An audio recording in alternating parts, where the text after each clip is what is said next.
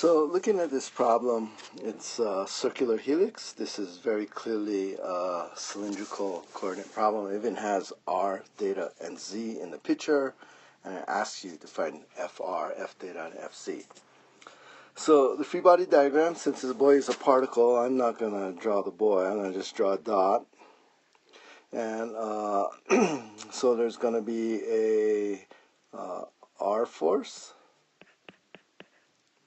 a counterclockwise theta force, and a z force, and that's just going to equal, very simply,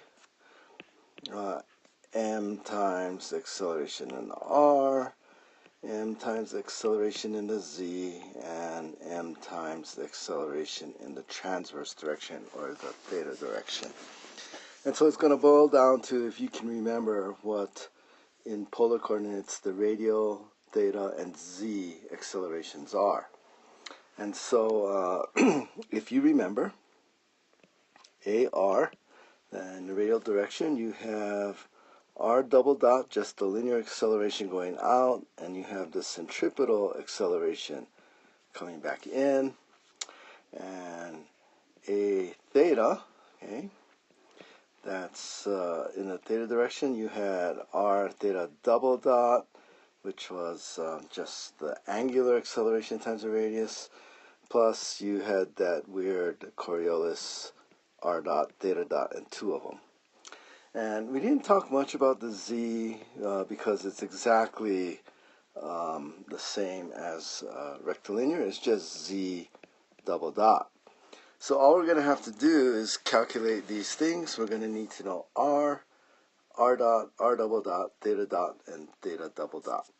And to give you the equations, and so it should be easy to do. So let's write them all out. So r is given as 1.5 meters constant, which means r dot equals 0, and r double dot equals 0.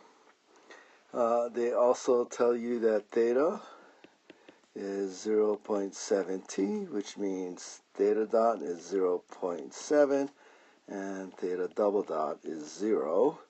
And finally, they give you z, the boy is dropping down, obviously, is minus 0.5t.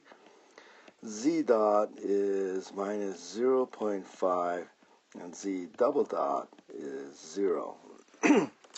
Okay, so given that, let's just figure out the accelerations. AR is r double dot, which is 0, minus r, which is 1.5, times theta dot squared, 0.7 squared, and this will all be in meters per second squared. A theta is r times theta double dot, which is 0, plus 2 r dot theta dot, so 2 times 0 times 0, which is 0 meters per second squared, and a z is z double dot, which is 0. So a whole bunch of these forces are going to be 0. So we get fz is maz, which is 0. F theta is ma theta, which is 0, and fr equals mar, which is, the mass was 40 kilograms, and the acceleration was minus 1.5 times 0.7 squared. And so that all equals